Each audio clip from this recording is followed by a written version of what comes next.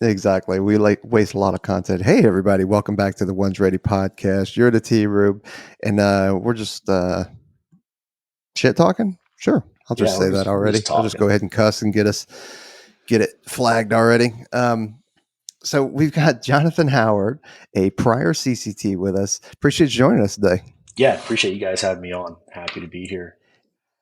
Yeah, man. Like, dude, you want to talk about one hell of a life you're living? We'll just say that. I think it shows that hard work and really does pay off. And let's talk about, like, we get a question a lot, right? And I'm going to go right into it Here we because go. because we get the question so often is, how do skills from, being a CCT, being an SR dude, a PJ, how do those skills that you get in the pipeline or even on team or out doing real world deployments and operations, how do those skills translate to the outside? Yeah, no, it's a good question, right? Because I get asked kind of the question a lot. It's like, how do you go from being an operator to a real estate guy, right? Like they're just like, what's that connection there? And I see this with a lot of operators that get out, but like for me specifically, that most important skill set that we have it's the mind, right? Like I remember one of my instructors said something. He was like, do you know like what our best weapon is?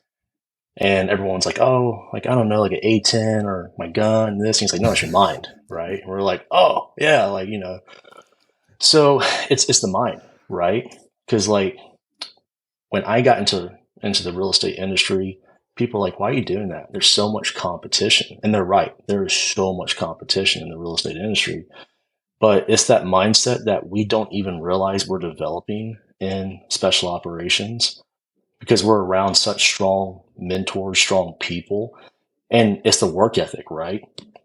A lot of people think working hard is maybe 4 or 5 hours a day, 8 to 5. And then I tell people like, hey, we literally might be going 2 hours of sleep a night, right? And not just for 1 or 2 nights. It could be weeks and months and pretty much almost years for what we do. So getting out there and just crushing it and basically having that I'm never going to quit attitude and just going, going, going. And it sounds that simple, but in the regular civilian world, people have never been challenged to the level that we've been challenged as operators. So when what they think is hard, I would usually consider, oh, this is very easy for me, right? Even like when I was doing my remodeling on my properties, even when I was still active duty, I'd be there at the 2-3, I'd leave the work, I'd go to my remodel property, I'm literally scraping popcorn ceilings till 11 o'clock at night, you know, and I'm just making it work. I'm remodeling all the time, I'm working, and then it pays off. Most people will not do that. 4 o'clock hits, I'm done. They're looking to go to the bar, things like that. And it's the work ethic and mindset, you know. So I'm at a real estate conference, as you guys know, here in Destin right now. And the question I got asked a lot was like, who did you go to for mindset trading? Like, what books were you reading? Like, what podcasts were you reading? Like, who was your coach for mindset? And I never really been asked that, but I know like mindset is a hot topic on social media right now. And and I was kind of like, I didn't really go to anyone for a mindset. I was just around harder men than me, right? Like I was around guys that had been there, done it, they had experienced, and being around them is what molded me. It wasn't one certain individual. Like I had so many mentors, like in ST, that it just you become what you're around, right? And I just started becoming like those people without even realizing it until I got outside that environment. So yeah, I would say that's the best skill set you get to go into anything outside. So You hear that a lot, and there's probably a bunch of them. I'd say the most common one is the iron sharpens iron kind of thing. yeah, But like, if anybody's, from my experience, anybody that kind of has played sports, and you're playing against a team or on a team that is significant, that they are more skillful than you are, which, is my life basically, surrounding Hmm. myself with people that are just better than me. And it helps you, level up. It helps you perform better. Even if it's only, a few percentages, you will just perform better, and you will Yeah, always continue to keep trying to get after it. So it's now very that true. Like, we, yeah, so like team sports and like what we did, ST, like combat control in the military, like being on a team as operators, it goes hand in hand, right? Like I remember like in like playing football, like I was a defensive tackle in high school, right? And if I felt a little sorry for myself on one play, one individual can make that play go bad, right? So like if I'm like, oh, I'm a little tired, I'm not just gonna like go full force on this guy and then oh bam, running back just blew by me just for a touchdown. It's like, oh, you have to give it all 100% all the time. And you see that with like teams. Well, you feel those effects if you don't give it all on a team sport. And I can always like, I'm pretty good at recognizing when people didn't play team sports. In like the business world, you're just like, oh, this guy definitely never played team sports because he's never been in a tough situation where his decisions are going to affect other people. So, and that's like in on the teams, you make one bad move, man, like it's affecting everybody. oh, it could be catastrophic: life, limb, eyesight, Yeah. death of yourself, death of other people. Like, That was something I never understood because when you're getting smoked when you're in the pipeline as a young cone, you're like, man, I'm tired of getting punished because of this guy, right? You're like, you just don't understand it. You're like, oh man, like why are they always punishing the whole team for one guy? But then you realize when you get older, you're like, it's what that is. That one guy is catastrophic for everybody. But when you're just getting smoked, you don't see the big picture. So, Yeah. Well, and especially for the Air Force guys, right? I think we're more crazy about it than anybody because, like, we're going to send you out as an individual to take care of a team of, yeah. other service folks. And they're looking at you as the, technical expert in whatever you're doing to make the call to, do the right things and all these other things. And so I think, one mistake is, we harp pretty hard on it, in the pipeline. Oh yeah, and we have to, right? Like I always tell people, like, man, like you're the Air Force guy showing up. Like you can't be the small, weak guy. You can't be like just the average guy. Easy. Because Jeez, you're John, I'm right already. here. Well, I mean, like you're already the one. You're already getting picked on the day you show up, right? Like, oh, Air Force Yeah. guys here, right? So like we have to be we have to excel, right? Like we can't be the guy falling out of a ruck or something like that. Like if another SF guy gets a little tired and he falls behind, no big deal. That's his team. He's been with that team for 10 years, right? But if we show Yeah. up and week one we fall out, they're just like, send this guy home. Like, Bye. yeah, bye. can't make it up a caving ladder or something like that. Yeah, Oof. exactly. They're not going to feel sorry for you. They don't know you. So if you're not bringing anything to the table, it's like goodbye. So Yeah, I was actually thinking about this the other day. The mindset that makes us different, right? And what I come down to is we have like a little joke called like like we say to each other like we're good triers. mhm.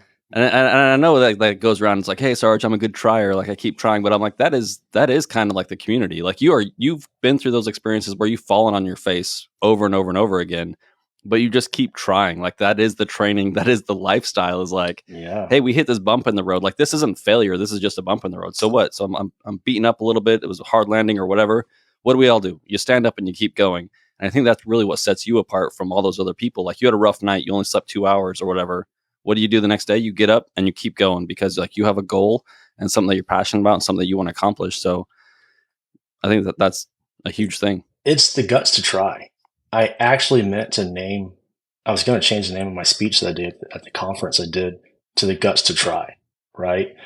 Um, and where I got that from, it's always stuck with me. It was actually at air traffic control school. And for people in here that don't know, Trent was actually one of my cadre at ATC school. Um, Yeah. he wasn't nice back then, but and then actually me and you were on, Ah, we were actually on red team together at the 2-3 for a bit and stuff like that. So it's kind of funny like how Yeah.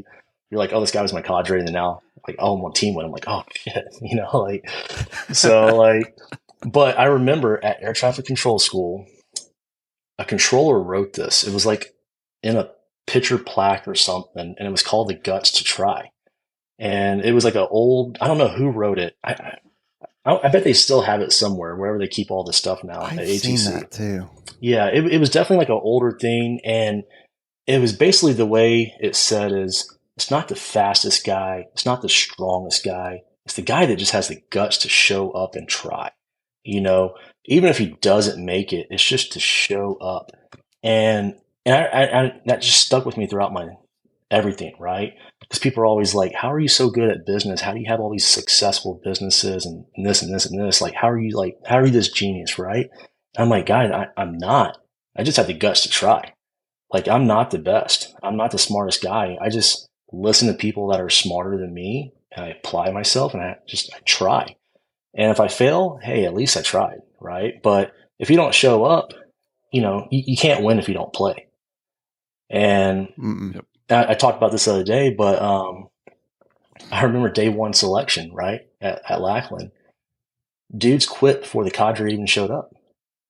Like, Yep. we're all standing out there waiting for cadre to show up. Actually, it was Rob Parr. And and he gets out of his truck, and the dude's like, "Who y'all, Sergeant? I quit." He's just like, "What?" What? He's like, "Guys, we haven't even started yet." And I think two guys quit. He's like, "I'm gonna go inside and like make some coffee. I'll come back out. If you still want to quit, you can quit, but like we haven't even started." And he just like walked in like just like, huh? But like these guys were already quitting. They didn't. It's the guts to try, right? Like just have the guts to try, and you'll excel. Like no one's perfect. No one's the strongest, the best, but you just gotta try.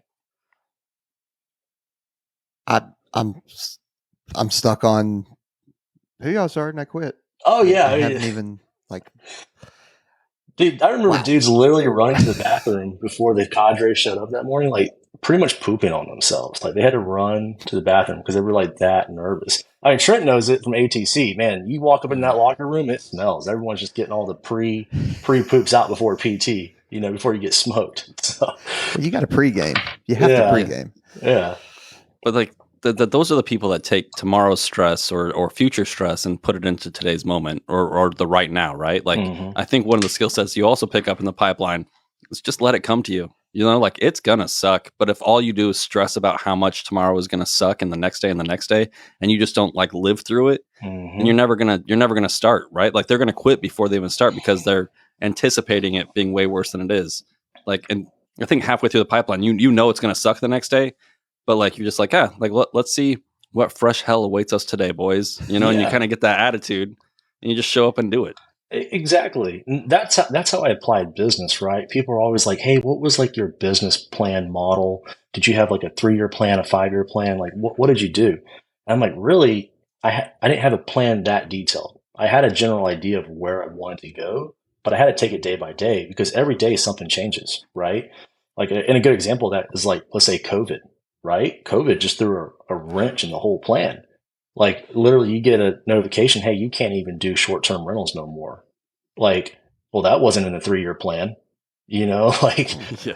so like Oh no. yeah, it's a day by day. So like, yes, I have a general idea of where I want to end up, but then I just have to take it day by day. I can't be thinking about tomorrow, because you just got to deal with today and get through it to the next day. Well, that's the pipeline as a whole. Yeah. All right, on to the next 4-hour pool session.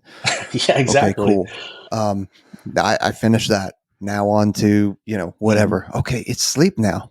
Yeah. All right, cool. And then all right, we'll wake up, and then on that one, it's just day by day. Mhm. That's all it is. Especially when you look at a pipeline that you go, oh shit, it's going to take me freaking 2 years to get through. Like that's daunting when you look at it like that. Oh, yeah. And no, man, just little bites at a time. That's all. That's where I saw a lot in the early stages of pipeline. Like I think it changed, but when I went through selection, it was 2 weeks at Lackland, right? So most guys were like, "Oh, I can suck it up for 2 weeks," and then they got to ATC school for 4 months, and they're like, "This sucks." They're like, "I got like 3 more months of this," And then they start thinking long term, like, "Well, actually, I got more than 4 months." I got in a whole another year after this, right? And then they're just like, I'm done. And I kind of see the same thing, like a lot of what I do now is like business consulting. Like I look at other businesses, even the company that bought me out, and they have all these great 5-year plans, but I'm like, what about right now? What are you doing for the next today, the next 5 days, the next 5 months? And a lot of times people just, they want to see that, they want the end goal right now, right? They want the rewards of that end goal without basically making a good plan on how you're even going to get to that end goal. Because it sounds good to say, hey, I want to grow my business to $100 million. Like, okay, that's a great end goal in 5 years, but like, how are you actually going to get there? How are you going to get to just 5 million this year? How are you going to get to 10 million next year? So you just got to take it little steps at a time. How are we going to survive until next year? Yeah, exactly. Like, how are you making payroll this month? You know, like, so, Yeah, exactly.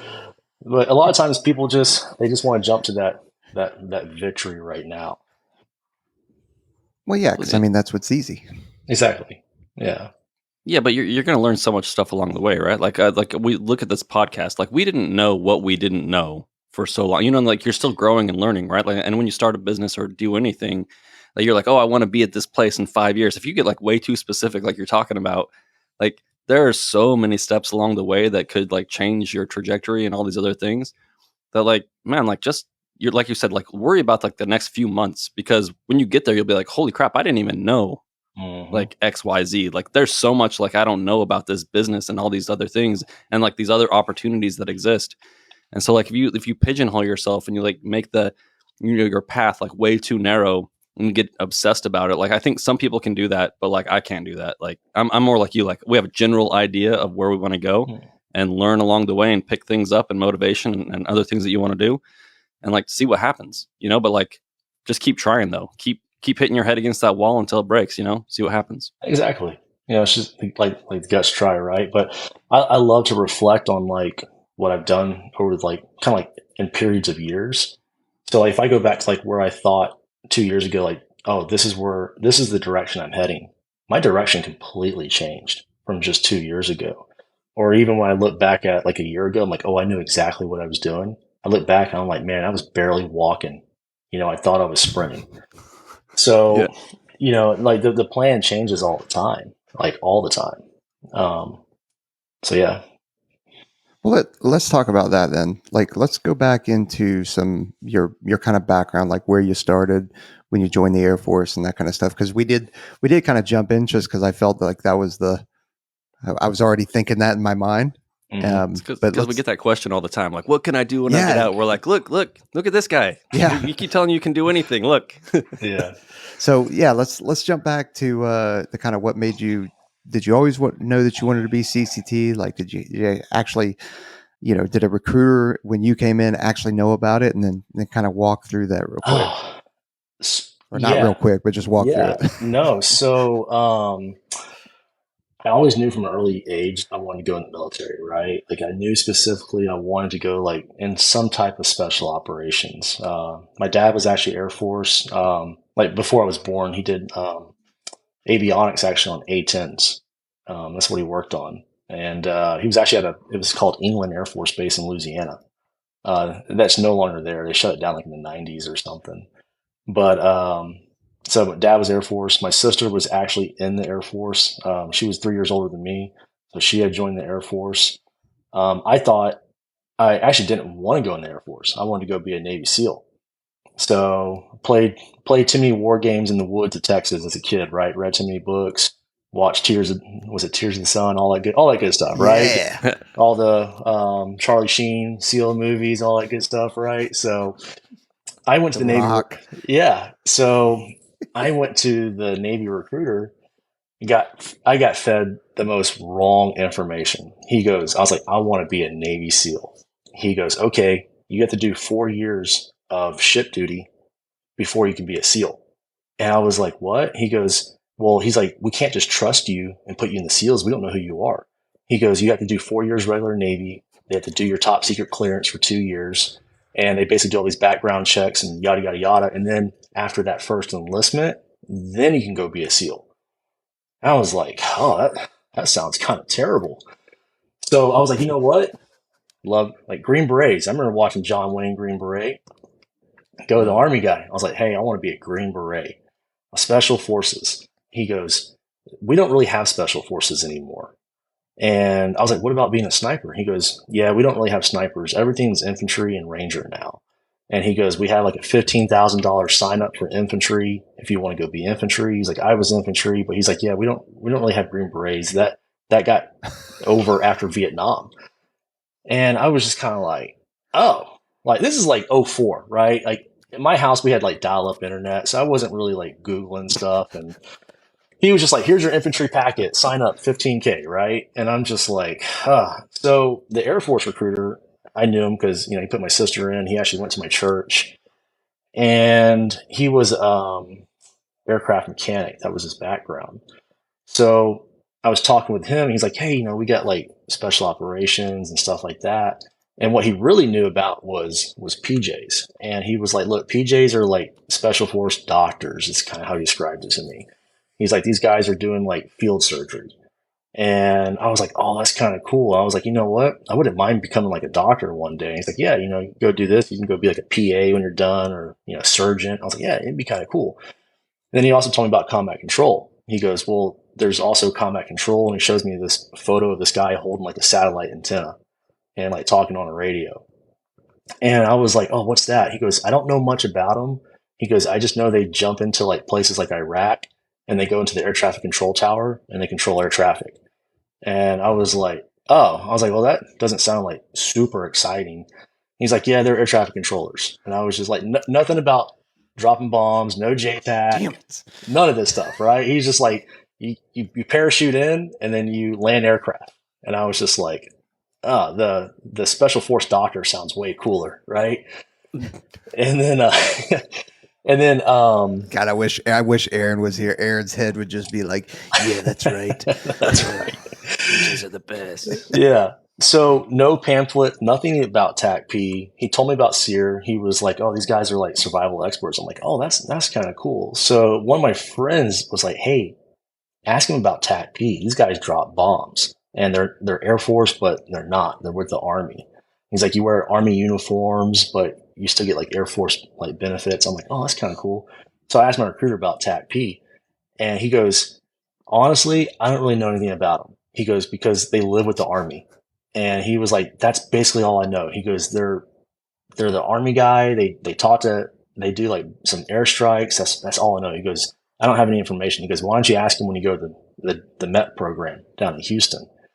So I was like, okay. So I go to MEPS, thinking I want to be a PJ. Failed depth perception, and my uncorrected eyesight isn't good enough. I had 2270 eyesight, uncorrected. And they're like, you're disqualified. And I was like, well, what about TAC-P? And they were like, disqualified, And I was like, oh, okay. So I go back to my recruiter and he was like, it doesn't matter about your eyesight once you're in the Air Force.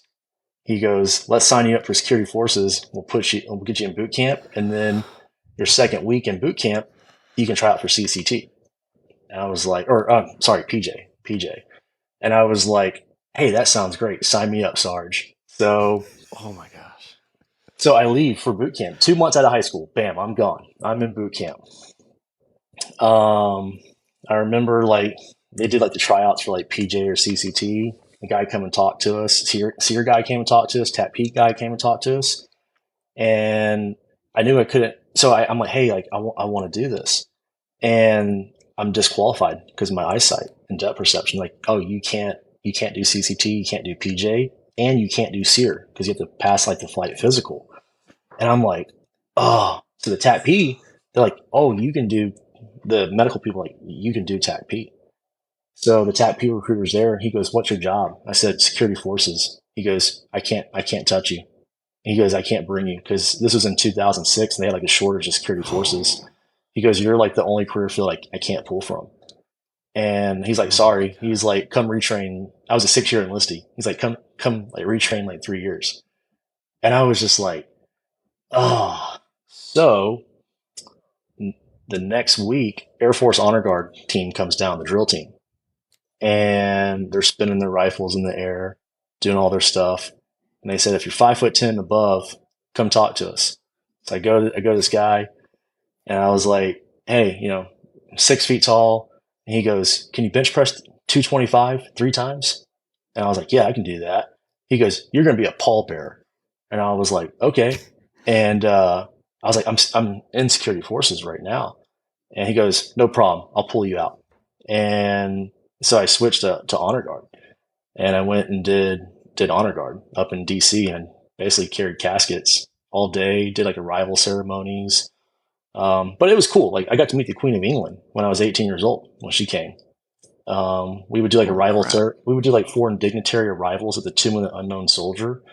Like, we don't guard the tomb, that's army only, but we would do like the wreath laying, the arrival ceremonies on the steps. So got to do a lot of cool stuff like that. And it was it put a lot of discipline in me real quick. Like, the honor guard was super, when I say strict, I mean strict. And actually, you guys know my honor guard instructor was Neil Eisner. So if you guys know Eisner, freaking way. I was his very last class. He had actually I love that dude. Yeah. So he had just completed ATC school, and he ran us like we were basically pipeline. Like, but I loved him. I was like, I love this guy. Right. And then, so I was his last class. And then I remember he came back later with his beret. I was like, this guy's like a superhero. This is like Jesus Christ. Right. So he was a big inspiration for me, because then he was actually the one telling me about CCT, like what they actually did, like not just air traffic controllers. So he was like a really, really big mentor to me, and kind of making up my decision making and going combat control. And then actually, I was just out with him last night, but Jeremy Schlaubaugh and Bobby Bonello. Me and Bobby Bonello, we were like really good friends there. And then they had left together and went and did the pipeline. Both came back, became controllers. So that's where I was like, okay, like, I'm going to go be a combat controller once I can retrain. So that was the intro, or I guess that was like my recruiter into the Air Force story, and that's how it Neil's started. not a bad dude to have as a bringing you in. Yeah, he was a good guy, right? Because like Neil doesn't doesn't have bad lifestyle, right? Like, he's not going to the bar and drinking, and he was a good Christian man. He's a family man. Very family man, very good Christian. So like, when you're 18 years old and you're just full of testosterone, you need someone like him to be like, hey man, like, don't go out there and just party your life off and go crazy with alcohol and stuff like that. So he was like a really, really big mentor to me when I was a young guy. Yeah. Like I said, he's a great dude to have as a mentor. Mm-hmm. So you saw him, he mentored you, and then you kind of changed your mind and said, hey, I'm going to go CT now that you knew a little bit more about it? Yeah, so that was the plan. So I wanted to prepare for it. So I'm at Bowling Air Force Base, with the honor guard. And I'm like, I'm going to go get LASIK. Like, I had to get my eyesight corrected, because at this time I couldn't even get a waiver with my uncorrected eyesight. And I'm just hitting roadblocks after roadblocks. They're like, oh, you're too young for LASIK. You have to be over the age, I think it was 21. They're like, because your eyes are still like not fully developed. So I was just like, And then at about a year and a half, I actually got retrained over to services over at Andrews Air Force Base. So I get pulled out of the honor guard and go to services. So the services there, actually, they were switching it to all civilian, and they PCS'd a lot of the military out. And I got augmented to go over there to replace, because they couldn't PCS in military, but they moved their military out. So yeah, I know, right? It's military, right? Oh man, brilliant. Yeah, but I never went to services tech school, so I didn't go to the tech school. And I get there, and I'm basically not qualified to do anything. And they're like, we don't even really know what to do with you. So I worked at the fitness center, right? I'd either work at the fitness center or I'd work at lodging. And the fitness was great, because like all I did was just work out the whole time. We had no towels. We didn't do anything. Like, we were just there at the front desk, right? So I just worked out all the time. It was really good. And then because they didn't really know what to do with me, I remember the great master sergeant, this guy. he comes up to me. He's like, "Hey, Howard." He was like, "You're a country boy from Texas, right?" And I was like, "Yeah." He's like, "You hunt animals?" I was like, "Yeah." And he's like, "You clean them, you get blood and guts and all that?" I was like, "Yeah." He goes, "It doesn't bother you?" I'm like, "No." He goes, "Okay, we're going to deploy you." So, here I'm 19. I'm like, "Yes, I'm going to Iraq. I'm going to go kill bad Going guys." to the show. Like, Going to war. blood and guts, right? Like, I'm just like, I'm going. And I'm pumped. I'm like, where am I going? He's like, "You're going to Dover." I was like, "Where's that?" I'm like, "Is that like Afghanistan?" And he's like, "No, Dover, Delaware." And I was like, "That's like an hour and a half down the road." And he's like, "Yeah, you're going to the mortuary." And I was like, "The mortuary?" And he's like, "Yeah." He's like, "A lot of people can't do the job there." And he goes, "They need people over there to go do it." So I'm like, "Okay." So, this is like my probably like 2 year mark. So I'm still not eligible to retrain because I was a 6 year enlistee. So I go to the mortuary and literally like knock on the door. Here I am, A1C Howard, right? All by himself, no one else, like all by myself. Knock on the door, and they're just like, "Who are you?" I'm like, "Hey, I'm from like Bolin Air Force Base. I'm here to like work at the mortuary." And they're like, "Oh," they're like, "We actually weren't expecting you for like another 2 weeks when the other deployers get here." And I was like, "Okay." So they bring me in, and they're just like, "How do you feel about working with dead bodies?" I was like, "I don't know. I've never seen a dead body." And this is literally my intro. And they're just like, "Okay, we're going to take you in the back." And they walk me in the back, and they're processing all the bodies. And they always process at like basically like 7 a.m., right? From the bodies from the night before. And there's just like dead bodies literally on these gurneys. Like they're fingerprinting, they're pulling out ice bags. And I'm back there, and I'm like, and I actually asked the guy, I'm like, is that a real body, or is that special effects? He's like, "No, that's a real, like, that's a dead person." And I was like, "Oh, this is real. Like, this, like, shit just got real." And I was kind of like in shock by it. And I'm just kind of like observing like what's happening. And as you guys know, like most of the dead are from IEDs. So these bodies are just mutilated. Like, some of them you can't even tell if it's a male or a female. And I'm just sitting there like 19 years old, and they're like, "Hey," they're like, "put on the PPE," and they're like, "Why don't you help with like the fingerprinting?"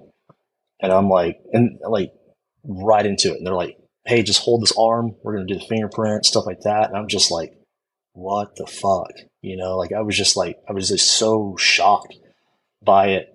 And I went uh, through that. Right. So, um, long story short, when the deployers get there, that's actually how I meet my wife. My wife comes with that team. They're from McCord Air Force Base. So I meet her there, and first month or so, nothing. But then we started like kind of dating, and then we actually wound up getting married at this point. So I, oh, well, I can go more in details on that, but yeah, so we met at the mortuary, right?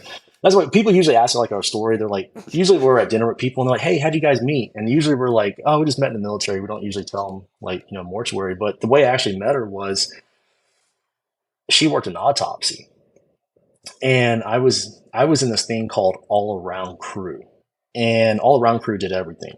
And because I was honor guard, I would do the arrival ceremonies with the transfer cases the night before. So I would do the arrival ceremonies, and I would lead that because of my cast carrying experience, right? So I would do that, and the next morning I would come in with the all around crew, and I'd basically pull the body bags out of the case, stick them up on the X-ray EOD scanner, and then I would pull out the ice bags. We'd vacuum out the blood and water, and then it would kind of go through processing, like fingerprinting, all that stuff, right?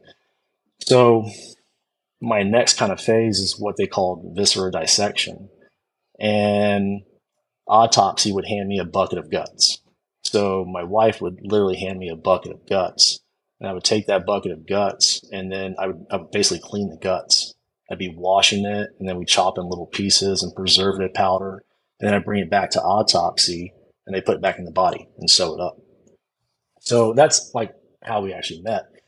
And I know it's kind of a crazy story, but this is the kind of stuff that really like set me up for success into going into combat control, right? Because I was kind of this immature kid, like want to be kind of like a party kid, want to go chase girls and be stupid.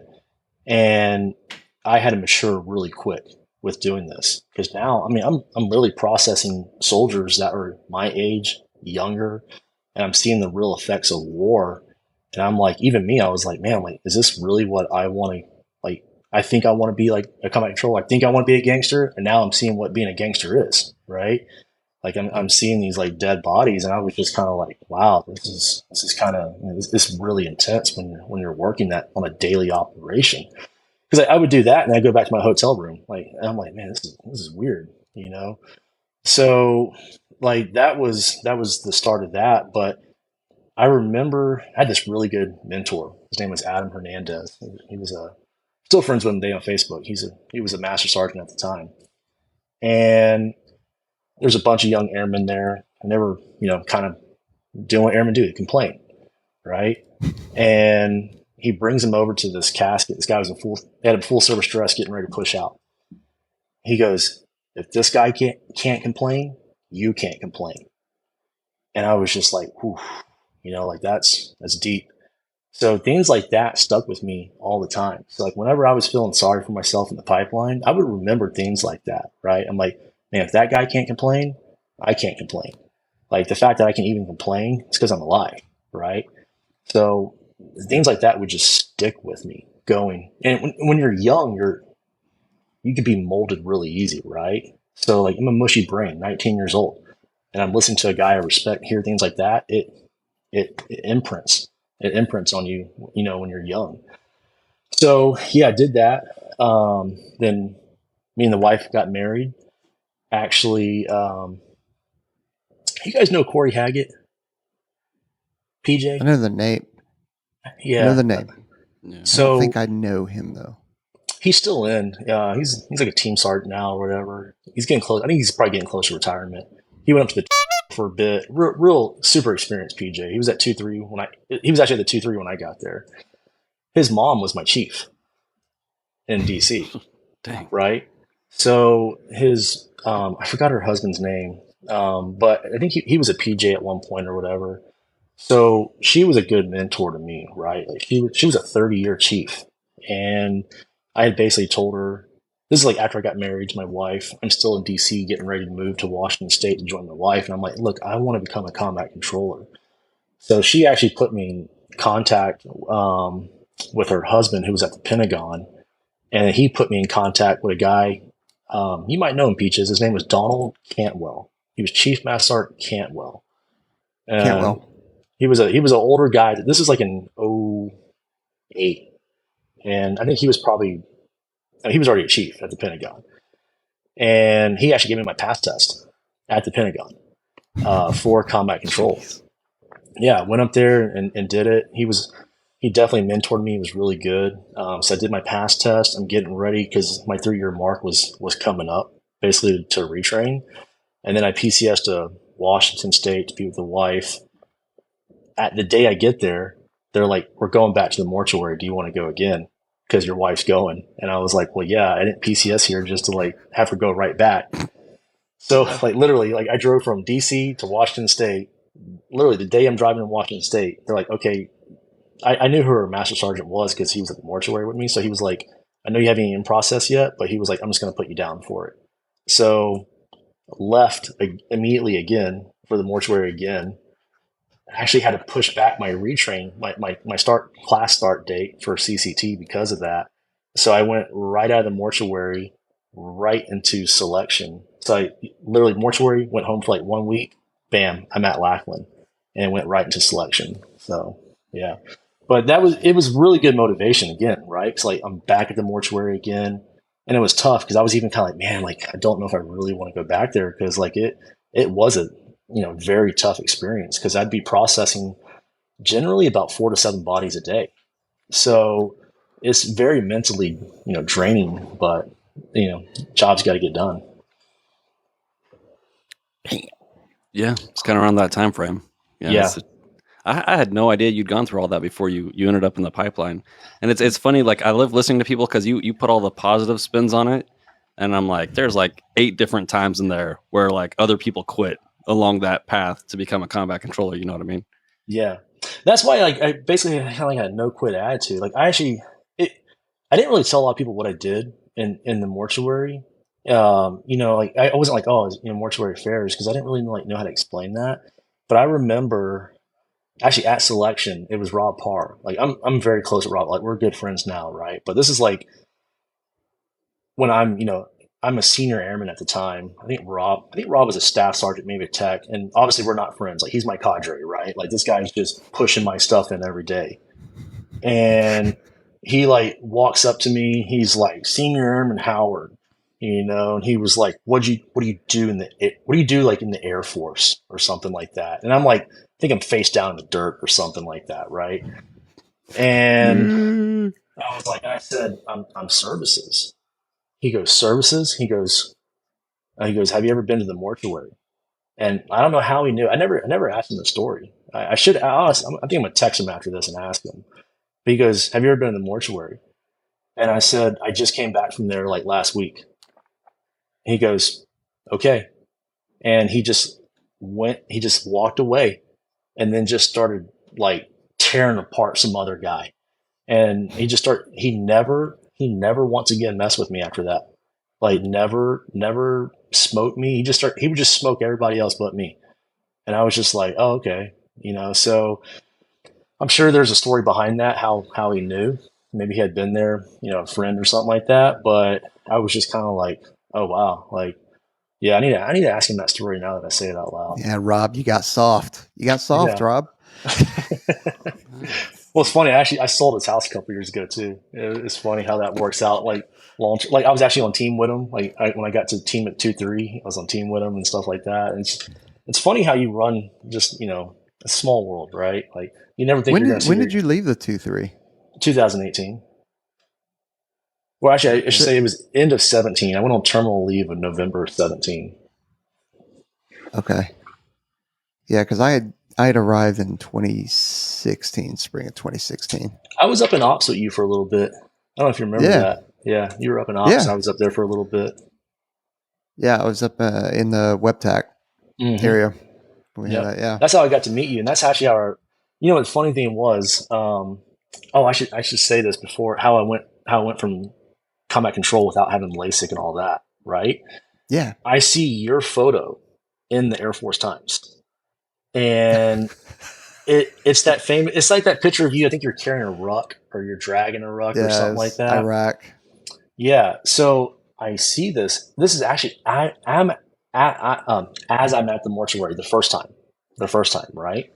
As I'm there, I see in the Air Force Times it's about the shortage of combat controllers, and it has that picture of you carrying. Was that a pun? Yeah, I was thinking short. Oh no, sorry.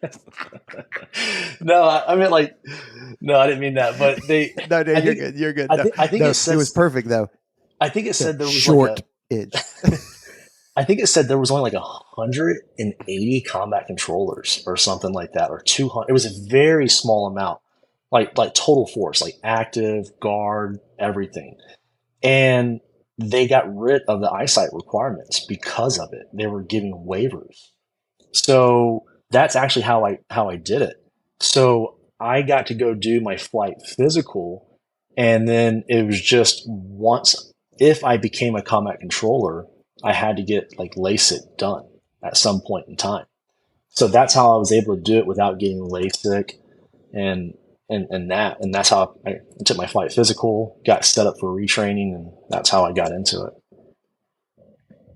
Well, when you came in, there was like the surge of combat control trainees. Like they opened up the floodgates. Because I remember at Keesler, like, and I was talking about this with one of my buddies the other day, former student, now buddy, right? Like we had 3 teams on deck at all times, and these teams started out with like 20 to 30 folks. We'd whittle them down in the first couple weeks because selection was too soft, so we had to reselect everybody. It was the real selection. That's what they call it. The real selection was ATC.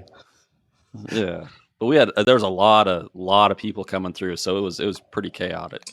I went through with a really big class, so more than normal. It was like one of the biggest classes that actually didn't get dwindled down, but it's because not because it got easy. There was a bunch of studs in it. So the guys I went through, like dudes like Chris Lewis, Sam Reed, I'm trying to think some other dudes like this, right? So they all went through PJ pipeline. And then halfway Oh yeah. through, they were like, we don't want to become PJs at selection. They're like, we want to go combat controllers. So the deal they were given, I forgot what stow it was down there that did it, but he basically said, if you guys want to cross over to CCT, you have to make it to like some phase of PJ NDOT, like halfway through 5 weeks or 6 weeks. And if you do that, I'll let you cross to the CCT. So the fact that these guys made it through like 5 or 6 weeks of like PJ, then they came over to see, like these dudes were studs, right? So I started off with like a class of, I think like 40 something people at selection or whatever. And we didn't really Yeah. lose as many as normal. Like most of these classes just got wrecked. But I think we actually probably graduated like 20 something dudes, which was kind of like unheard of. And then when we went to ATC, you're right. There was like, I remember like 3 other classes that had to meet. These classes were like probably 20, 30 size people. And then Ryan McQuillan was actually my instructor. And I remember him and Molson and Sperlin. I was like his last class, Ashley Sperlin. That guy was a Yeah. monster. I was so terrified of him. He just looked mean, you know? And He's such a nice guy. I actually became friends with him on Facebook after later on. And I was like, this guy's really like, I like this guy. This guy's really cool. But at the time you're terrified of him. But yes, I went through with a bunch of studs, which for me it made it really hard because these dudes were in such good shape from just going through like 6 weeks of PJ already. Like they were just fast runners and swimmers, and yeah, I was struggling a little bit starting off with them. Dude, it is funny though when you hear the names and you're like, hey, yeah, the people are terrifying. Like at the time, they're mentors at the same time. They're why they exist. You hear rumors of the things that they've done in the past. You're like, dude, I don't rate being in the same room as this person, kind of thing. And Mm-hmm. then you get through it all, and then you learn about the real person, and you're like, Yeah, oh, well, boy, that was like what? some misguided stuff, but Oh yeah, no, that's the way it's meant to be. like one of my biggest mentors I had in combat control was Rob Bartleson, and I was terrified of Rob Bartleson. Like, so He's an quick little intimidating story. looking dude, though. Like Oh even now, yeah, like you know what I yeah, mean? I'm yeah. still scared of Rob. Yeah, I'm still scared. I'm still scared of RB, right? Like, I'll just tell you a story real quick. I hope I'm not getting off topic or taking up too much time here, but No, you're good. We'll do this, and then we're gonna hit the first air foundation because we okay, definitely want to cool. highlight that. So my very first day at STTS, like just an in process day. It's just in processing. It's like 4:30. I'm literally like I just set up my wall locker. I'm literally getting ready to leave to go home. And they say everyone it's like the alarm went off at STTS. Everyone's just running in the locker room, it's going crazy, and they say go grab every piece of equipment outside and run to the beach. Every kettlebell, every weight plate, every Oh, barbell, every motor, everything, every boat oar, right? Everything from the back of STTS gets brought down to the beach. And I'm just like, what is going on? Like, me and my team have no idea. Like, my team leader, no one knows what's going on. Like, we were literally on our way home. And out comes Rob Bartleson on the beach. And it was like a wall of instructors. And he just steps through, like, he just spreads them, right? And he walks out and still gives me goosebumps, right?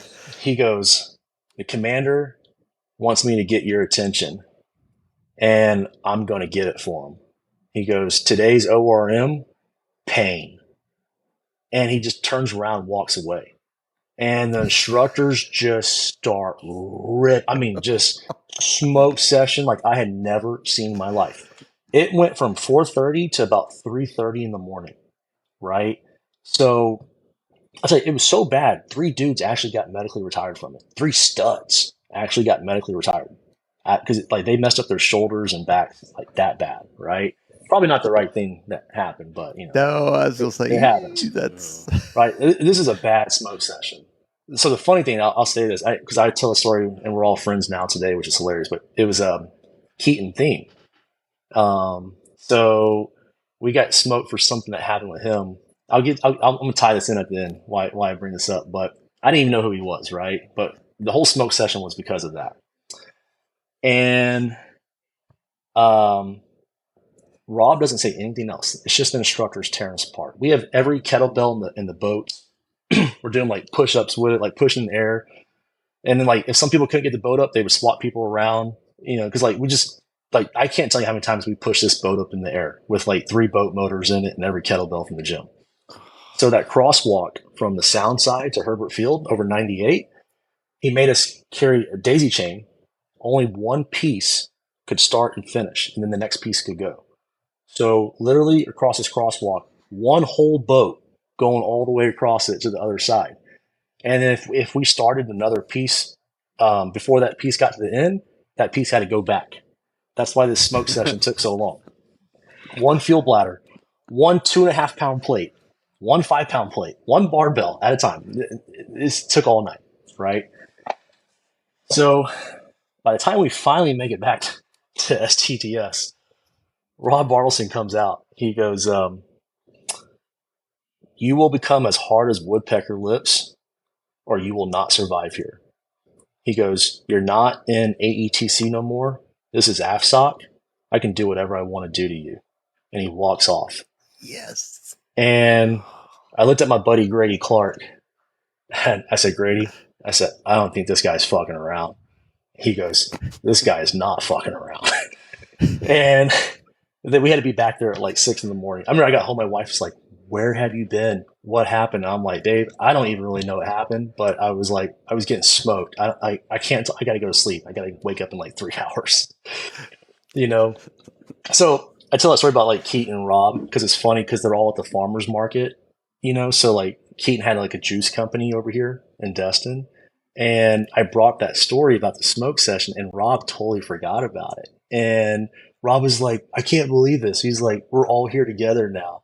And like, Rob's selling his meat and eggs, and Keaton's selling his juice, and they're just like best friends. So it's just like, it's funny how that works out, right? Like, it's just how that comes like full circle. But yeah, that's why I brought that up. But yeah, I was terrified of Rob, but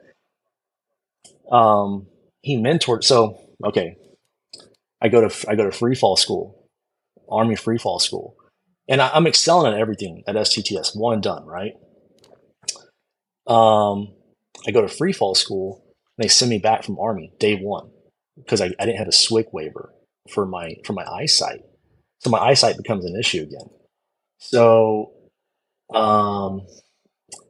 they got rid of all the Navy free fall school spots for CCT, and they're like, "Well, we can't get you a waiver, so you have to get LASIK."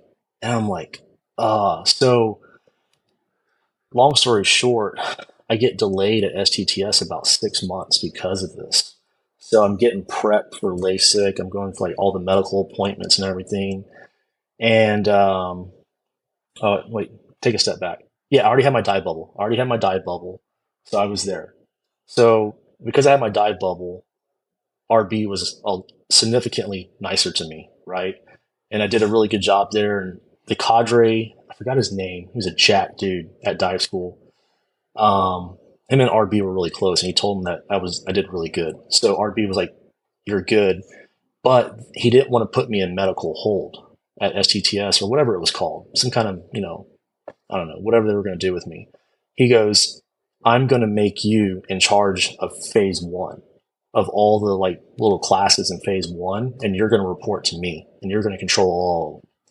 So as I'm like getting ready for LASIK, so this is how Rob becomes a big mentor to me. So I'm now in charge of, I think it was 64 guys. I'm a young staff sergeant. I'm in charge of every phase 1 guy. And you talk about responsibility and fear every day, like being in charge of all these knuckleheads, because it was like basically like 3 classes I was in charge of. Ooh. And I ran a tight ship, not because because out of fear. That's why I ran Because you such a had to. tight. Yeah, I was afraid, and like there'd be times where like RB would make jokes to me, and I would just be stone faced because I didn't know if I should laugh at it or not. And then he would be like, "You can laugh, Sergeant Howard," and I'd be like, "Huh," like because I was so terrified of him, but I respected him so much. I wanted to be him, you know. But he became such a big mentor, and he would teach me a lot. He would do things like he'd be really mad, like, "Hey," like one of the instructors would go up to him and be like, "This class messed up," and he'd bring me in, and he'd be like, "What happened? Like you told me you were going to handle this," and I'd be like, "Please let me explain what happened." And then he's like, "This is why we talk. I don't just jump to a conclusion." And he would like hear me out, and if I was actually right, I was right, you know. But he taught me a lot, like patience, which is not something that was really happening in when you're a student. You don't get patience or grace, No. but he was teaching me a lot of like leadership that really helped develop me as because I was a brand new staff sergeant. So he was really helping me develop, especially developing like my critical thinking skills and just, thinking a lot because you're always put in situations at STTS where you're just like, you have to think. But he was big on, because he was a prior ranger. He was like, I'm going to teach you like ranger style leadership. And he did that. And it was huge for me. And then, that really helped me throughout my pipeline at STTS. Cause like when you have a strong mentor like RB, and then he goes to someone like, let's say like Landavazo in the next phase, and he's like, Yeah, Howard's good, Lando. you know, it just like you just get set up. Like you don't come in there like, oh, this guy's a piece of crap, right? So I would see it. Like he would go to that. He always did it, man. Like I'd walk into like, because I was a team sergeant, like for the class, and whenever I would go to the next phase, he would always be in there. He'd be like, "Yeah, that's the Howard I was telling you about," and he would kind of like grin, and like I knew what he was doing, but like they'd be like, "Oh yeah, don't worry, we'll take care of him. We'll fix his attitude problem." I'm just like, like it was always like that, but like I could tell he cared, and it was the same thing. Like when he became the op suit at the 2-3, like he would still mentor me. He'd pull me in his office and he'd be like, "Get in here," and I'd be like, "Oh my god!" Like I was still like terrified of him, and like he would just mentor me. So he was, even today, like I Yeah, still consider him a great Sergeant. mentor. Yeah, like I still chat with him. I was actually at his farm probably a month and a half ago chasing pigs with him. So like he's Nice. just like, yeah, he's still scary. Well, like you obviously, CCT plus, the mortuary affairs, the honor guard were definitely formative for you. And I think it, at least from my point of view, I'm sure you'd probably agree, um, created a mentality of service, Oh yeah. kind of ingrained in you, especially when you got, guys like Lando, RB, Neil Eisner, guys that helped mold you into what you are today. And that service it never really stopped, because even, as you are no longer a CCT, you are still giving back with the First Air Foundation. Hmm. So like, please, like you guys are doing some great things. And that was one of the things, like, it's, you hear about foundations that are doing great things, but it's tough to highlight it as much. Like it's a lot of the untold kind of things that are being done. So like, can you jump into what the First There Foundation is and kind of what you guys are trying to get after? Because it's not, I would argue that it's not the kind of normal things that foundations are trying to get after. Yeah. So First Their Foundation, it goes back to like more mentors, right? So the founder of First There, Eric Homan, um, he was a senior guy when I first arrived to Silver Team at the 2-3. And he was one of the, so, I show up, here I am again. You're always a new guy, right? So as a controller, show up at the team room, brand new.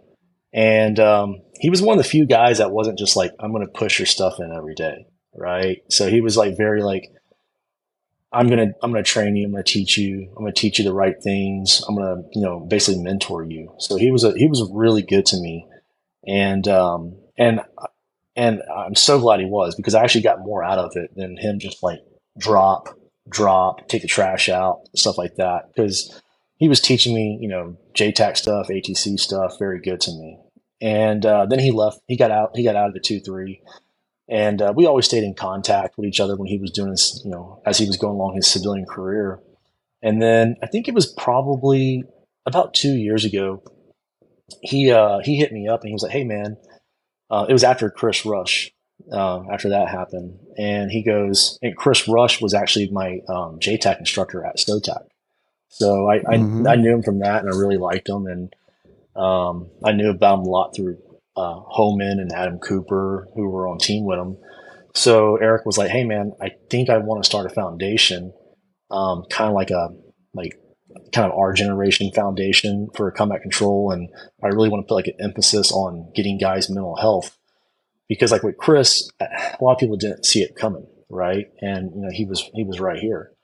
So he was like, I want to do something. He's like, I got like a lot of emotion.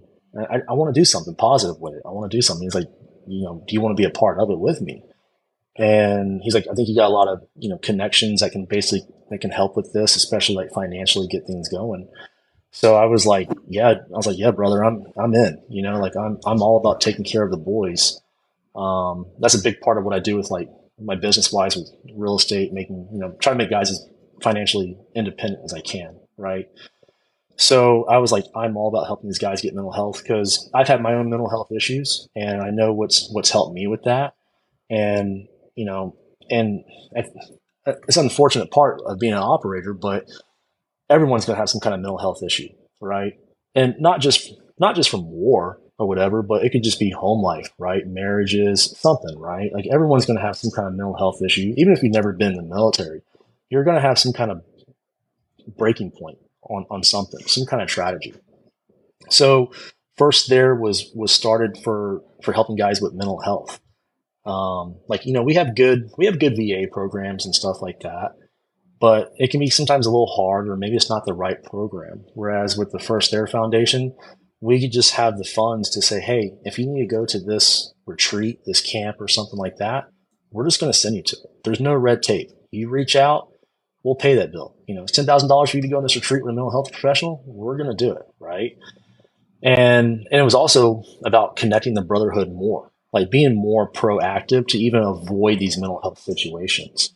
So getting us together more, doing events like what we're doing next month in San Antonio for the gala again. And a big thing is bringing awareness to it. And I think it really helped that like Eric was part of like the Jag Nation, right? The Jaguar generation. So like it really helps with that, right? With like guys that are in that kind of like same category in our generation. So it was big. I love working with it, and it's nice when you see people want to help with it, right? So last year was the first time we did it, and I've never been the guy to go ask for money or do things like that, right? And I remember reaching out to everyone I know in the real estate industry, very successful business people that I know out here in the area, and such a good feeling to see these people open up their books, like their checkbooks, right, their wallets. And I was very shocked. I would just be texting people I know, even just like clients I knew that had like a lot of money. I'd be like, hey man, this is our foundation. We're trying to prevent like suicide prevention. We're trying to do mental health. And they'd be like, how much do you need? And I'm like, man, you can get whatever, at least give me $20. And I would see $1,000 come through, $1,500 come through, $500 come through. And I was just like it made me kind of emotional because I'm just like, man, like people actually care. Like, and a lot of these people have never been in the military, but they really like, sympathize with us and they love what we did for them and, protecting freedom.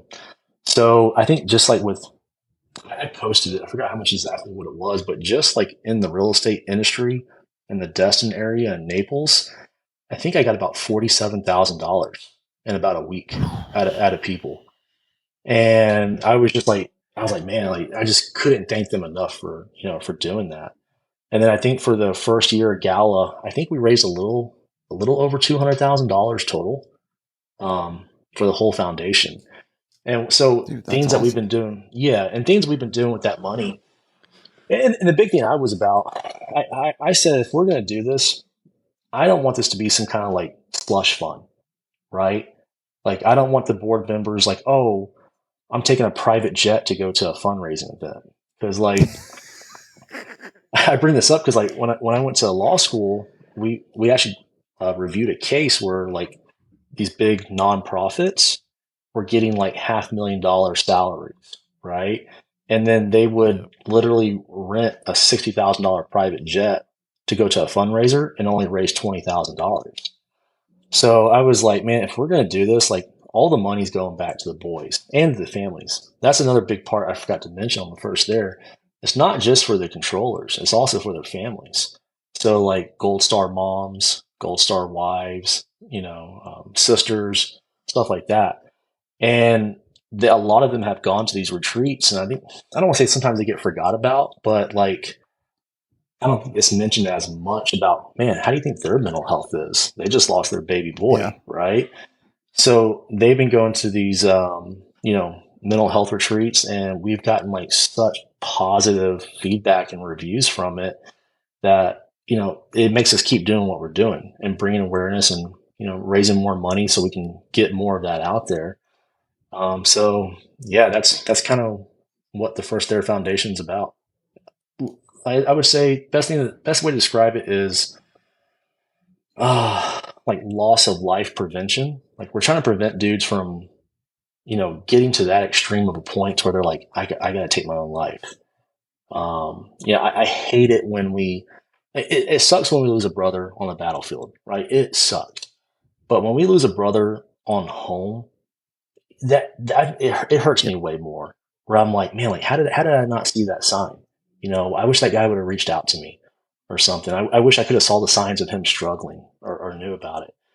And it just it hurts a lot more. Like, when it comes to war, you can, like, okay, I understand it. Like, I understand what happened, but when they're at the home life, it's just like, man, like, you start thinking like, what could I have done?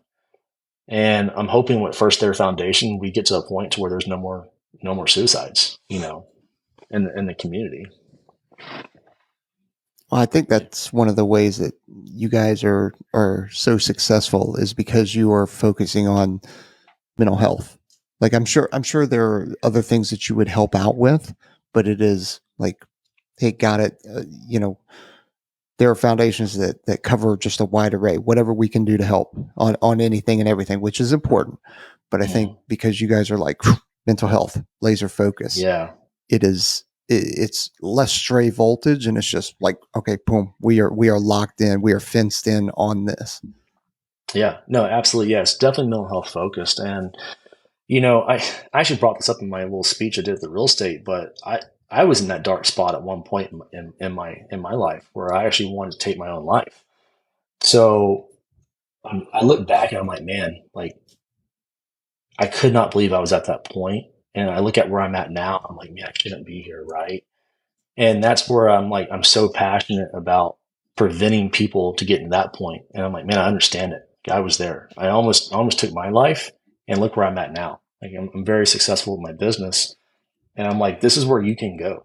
Where I thought I was at rock bottom. I was like, this is it. There's nothing else for me.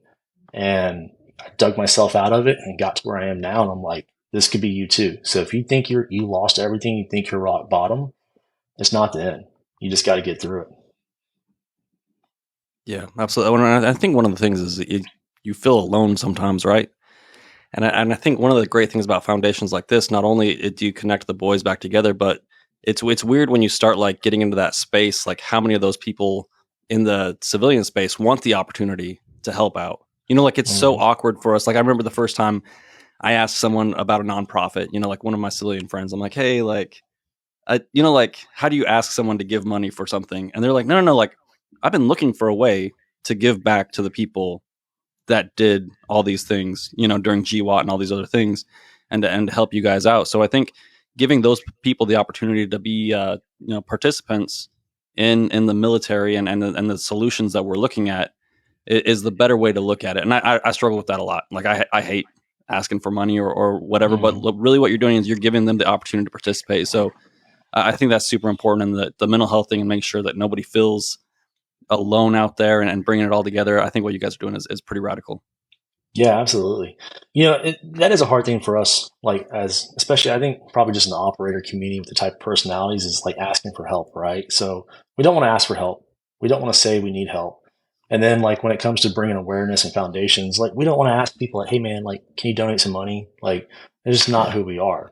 But when you but there's people that want to, they want to help you. And that's where you kind of just gotta let go of like in a way, you gotta let go of your ego and put yourself out there, right? Like, I don't care if I'm going to be embarrassed by me asking for money or asking for help or asking people to donate, but like, people are so willing to do that. Like, I'll give you a great example. So, um, Dustin Poirier, guys, I'm sure you know who he is, UFC fighter, Mhm. right? I met him because he stays at my vacation rentals. He actually just left yesterday from one of the rentals. But I don't like to, I never want to abuse a relationship, right? I never want to use someone's position, such as him. And I asked him last year, I said, hey, man, it came up because Eric was like, um, do you know anybody that can like sponsor like the beverages for the event? And I said, you know what? I said, Dustin has this, he just launched his bourbon line called Rare. So he was coming in. And I said, hey, man, I'm not looking for a discount or anything like that. But I said, if I buy these bottles of Rare, would you mind signing a few of the bottles for our auction? And we're going to auction them off. And we'll also bring awareness to his foundation, the Good Fight Foundation.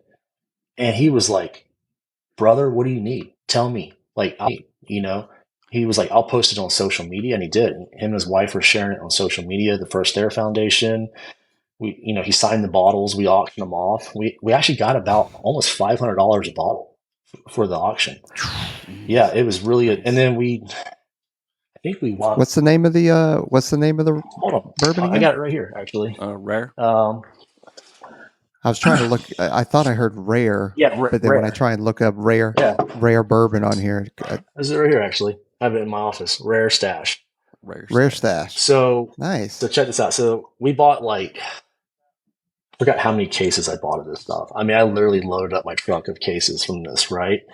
And then we got them all. So we got them engraved first there. And then we put all the fallen initials Oh, over dang. our boys on the bottles. Dude, So that's I don't know if can you badass. see that pretty good? I know it's like the Yep. glare. Yeah. Yeah. Yeah. That's awesome. So we did that, and we gave that out at the event. So I should say we sold them at the event for a higher price to raise money for the foundation. So it was really good. And then Eric got these whiskey glasses made with like First Air on it.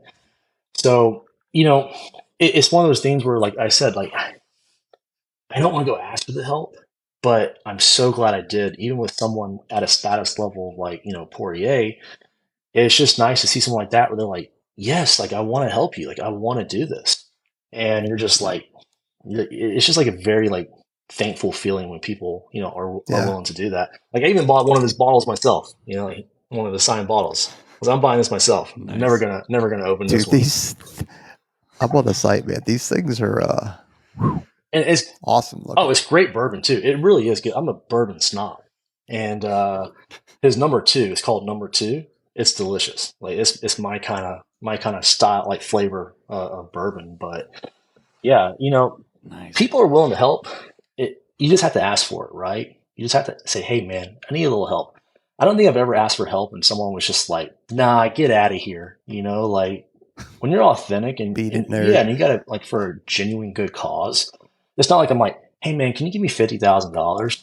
Like I'm like, hey, like can you just help bring some awareness to this? People are just like, yeah, like yes, I want to help you. So yeah, Yeah. Well, good people doing good things. It's a one big team. Like everybody's trying to do something good out there in the world. I think, especially guys like Dustin, who he's a great guy, and I think there's very few causes that are more righteous. Like combat control, and I've said this. I think it was the most dangerous per capita career field to be in during GWAT. You know what I mean? Like the career field went through a lot. All you guys went through a lot, and I think the First Air Foundation trying to keep it all together and raise awareness and take care of the guys that are still here with us and remember the fallen. I don't think there's a more righteous cause than that. So it would be surprising if you went to a good person and asked for a little bit and they said no. Mhm. Understanding about combat control. And I know I sound like I'm sucking up to combat control, and most of the time I'm making fun, but like I'm just trying to be serious for a moment. Yeah. Oh my gosh. See, I don't. Yeah. They wouldn't let noodle arms like me into the career field. You're damn right. That's right. No, you're right. And that's kind of a cool thing about the foundation is the board members are not all combat controllers, right? Like some of the board members have never been in the military. Like one of the board members is like a Gold Star wife. Another board member is a doctor who's never been in the military, but he's like, I want to help you guys. I want to use my connections. The other one is the owner of Sports Clips, like the owner of Sports Clips. Right. That's wild. Yeah, he actually put he put it on their NASCAR. Like, he put like the lightning bolt like first there on the NASCAR and all that. And it's just like, man, like the owner of Sport Clip wants to help us, and he's part of the foundation. And like people want to help you, you just ask for it, and they will. Perfect. Well, man, hey, I can't thank you enough for coming on. But we always ask before we wrap up. We got some time constraints. You went through a lot. You had a way more unique Air Force experience than I even knew about. Like we've kind of known each other for a long time, but like I never knew about all the other stuff. But our audience is mostly like the younger folks looking to get into the career fields and all that other stuff. So we ask for one piece of advice. If I was a 17-year-old kid looking into combat control or any of the AFSPECWAR career fields, what's the one piece of advice that you'd get from you? Oh, just one. Or what? You do you, man. I don't know. I guess if I had to go with just one, I heard this literally on day one, and I still use this today. Your reputation starts on day zero, right? Like it's day one. Your reputation has started. You can't be a dirtbag and then try to fix that reputation in 2 months and a year later. Like reputation starts day one, and that reputation applies to a lot more than just like what people are thinking. It's your physical fitness ability, right? So if you're a 17-year-old kid, your reputation is your physical fitness ability. It's how you show up. It's how you present yourself. It's how you speak. It's everything, right? It's your whole character as a young man. So a lot of people, I think, kind of forget the reputation's day one, and maybe they get a little mouthy with the cadre, get a little attitude, right? Show up a little sloppy. Oh, I'll get in shape when I get to boot camp, right? Things like that. And I've heard that so many times. Oh, I'll get in good shape when I go to boot camp. I'll be ready for selection. Like what? Like, no, you should be preparing years before you go to selection. So reputation begins on, literally day zero. So show up prepared, show up. And like, this is a great example of like you, Trent, like you were my cadre, right? And if I was just a complete dirtbag going through the pipeline, like you're looking for guys to be on team with, right? Like you want to be able to trust guys. I think a lot of times students forget that, like, oh, I just got to like be the gray man and hide from the cadre and just get by. Like, no, like you want the cadre to want you on their team. You want that guy to say, I want to be like fighting next to this guy. So, reputation's right there. It begins. Like I said, I was on team with you. I was on team with Para.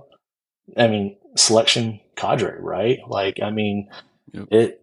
It's there. So yeah, reputation, day one, day zero, however you want to say it. That's it. It is nice coming back to team and seeing all the guys that went through the pipeline, and hopefully they don't want to kick your butt in the locker room because of the kind of cadre you were. So maybe a little bit of that. Yeah. I mean, literally, I had so many of my instructors, like Ron Walker, he was my CCS instructor, and I'm on team with him. Like there's just so many guys you go through with that are your instructors. And so, yeah. You meet some great folks along the way, man. Oh yeah. Like it's not even, it's a different world. It's a different world. But, well, dude, thanks. It's good seeing you again. Thanks for everything that you're doing for the community. Continue that service. Please don't stop. We need folks like you doing what you're doing. We need the kind folks that are also donating to the charity. And again, already said it, but thanks again for what you're doing. Yeah, Really appreciate it. Appreciate you guys. And then everybody, yeah, man. And then everybody is out there. Don't forget to like, subscribe, leave a review. Tell us how bad we're doing and how much you hate Trent's hair.